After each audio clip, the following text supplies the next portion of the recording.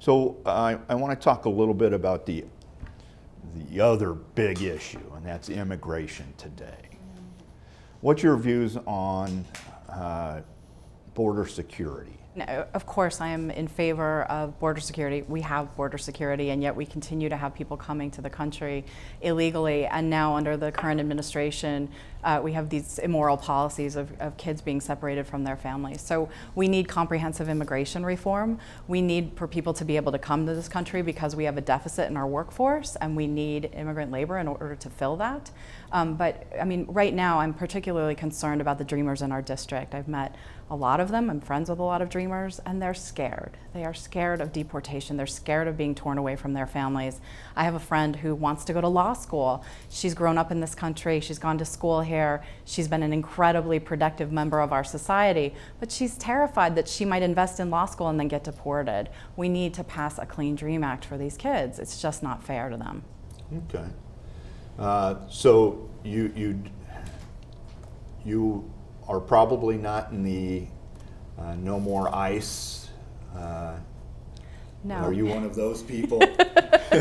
No, I'm not calling for the abolishment of ICE because I don't believe ICE is the problem. I think the policies are the problem. And we need to fix the policies, and we need to fix immigration. There are some things that ICE does around human trafficking that those are good services to our country. And I think that calling for the abolishment of ICE is again, it's a good speaking point for some people, but for me, I want to fix the problems. That's what social workers do. I'm a social worker by trade. We are trained to solve problems. So those policies then would be focused on how people would come into the United States legally. Mm-hmm. Okay. And what are some of the, how do you envision what those conditions would be? Well, I mean, some of them are already in place, right? Like when we hear the president talk about extreme vetting. I have friends who have come here from Thailand who were extremely vetted.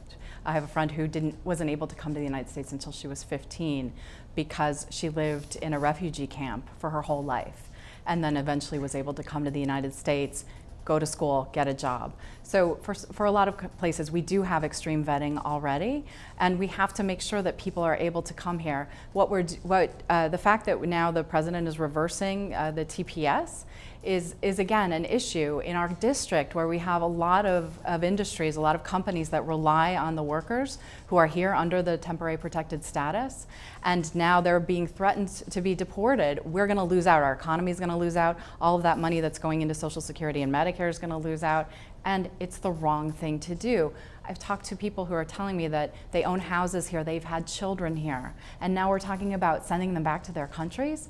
I mean, what a despicable thing to do to a family. Well, it is. But I don't think that that's what the policies are going to do. If you've lived here a long time, I think most of the Republicans would appreciate them to stay and make sure that they have a legal status. I wish that were true, but I have had friends who have been deported, who are here under TPS. So we need to transform TPS into PPS, which would be a permanent protected status. Okay.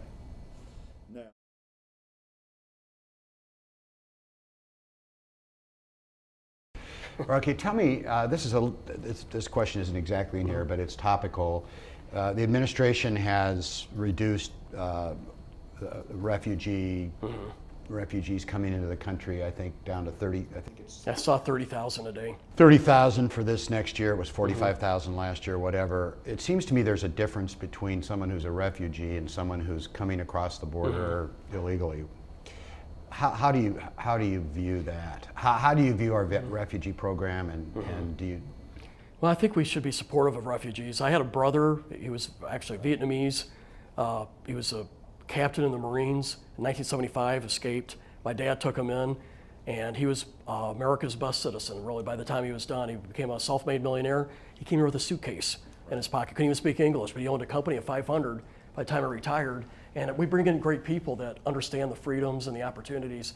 I think as long as we have a vetting process so that we do a little bit of scrutiny on who's coming in, then I think know, we need to be supportive of refugees. When I was there, we tried to come up with some sort of vetting that would not stop the program, and the idea was to check social media after a year or whatever, make sure there's nothing. This was right after the ISIS, the Mosul deal, so it was maybe more intense.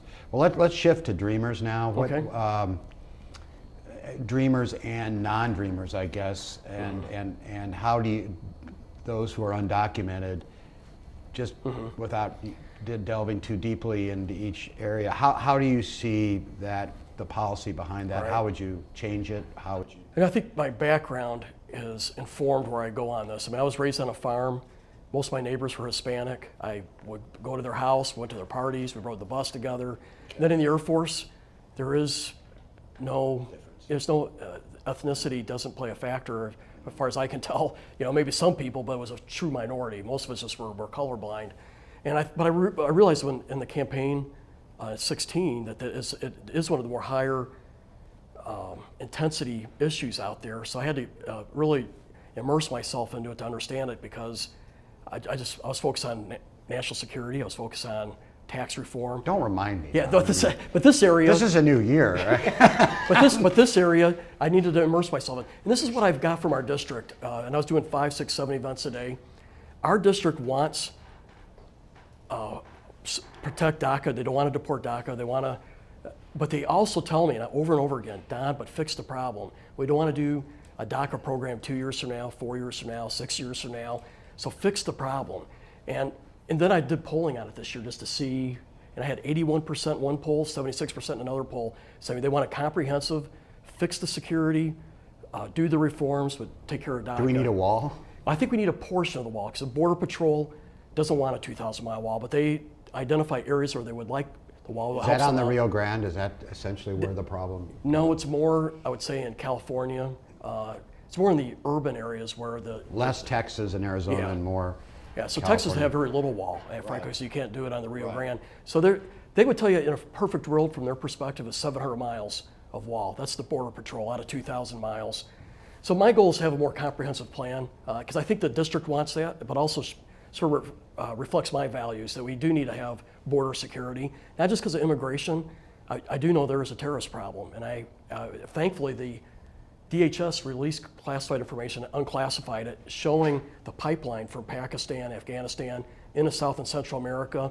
The Guatemalans have 40 Sunni extremists in custody that were trying to come to our country. So there is a problem. In a way, it's amazing that we, since September 11th, and it does speak well for our border people, our military generally, and Homeland Security, that we haven't had thank goodness, we haven't had a repeat.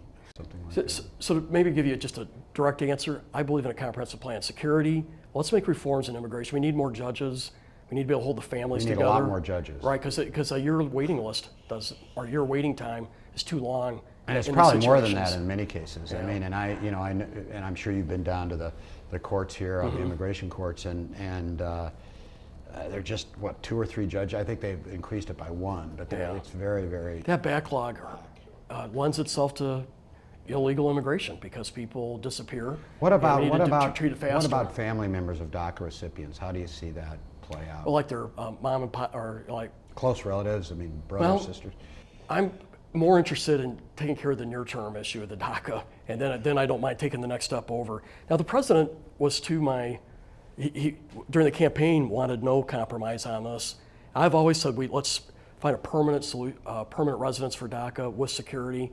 And then one day he announced, let's do 1.7 million pathway to citizenship if I get security at the border too.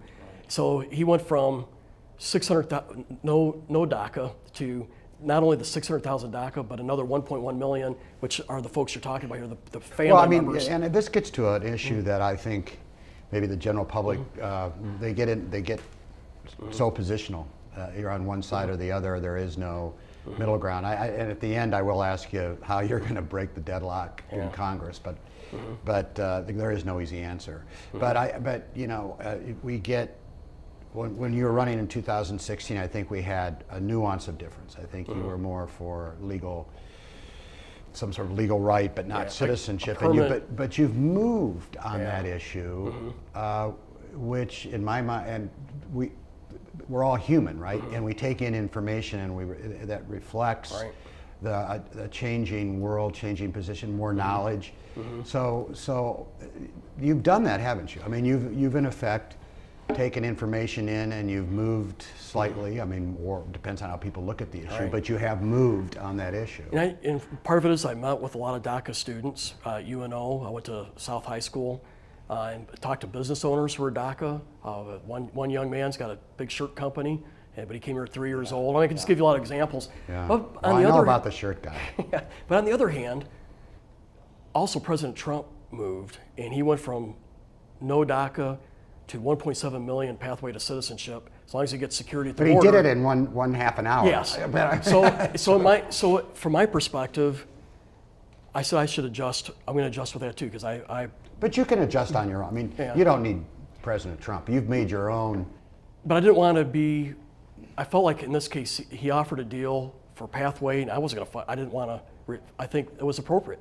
We need to have a plan for those who are here, like our DACA youth. But we also need a plan for how to do security. And I think there was some good reforms. And one area that I think I'm probably a little different than he is. I think we needed some H1, H2, H4s, a little more broad than we had. But his actual plan was close to a compromise I thought we could get. So I thought instead of being to his right, let's get in here and make a deal. So to me, this was an area that I thought we should be able to get a compromise with the Democrats and Well, Republicans. to me, on it this. sounds like you've thought through the issue and you've moved a little bit from 2000. I'm willing to take 80% and move forward, because if we don't, what we have right now is not working. And There's nothing wrong with a 70% solution. is Yeah, there? I think I would have taken imperfection that would have gave us more security, more judges. It would have gave us assuredness to the DACA youth. There would have been a lot of goodness with a compromise, even if it wasn't perfect. And that was my thought.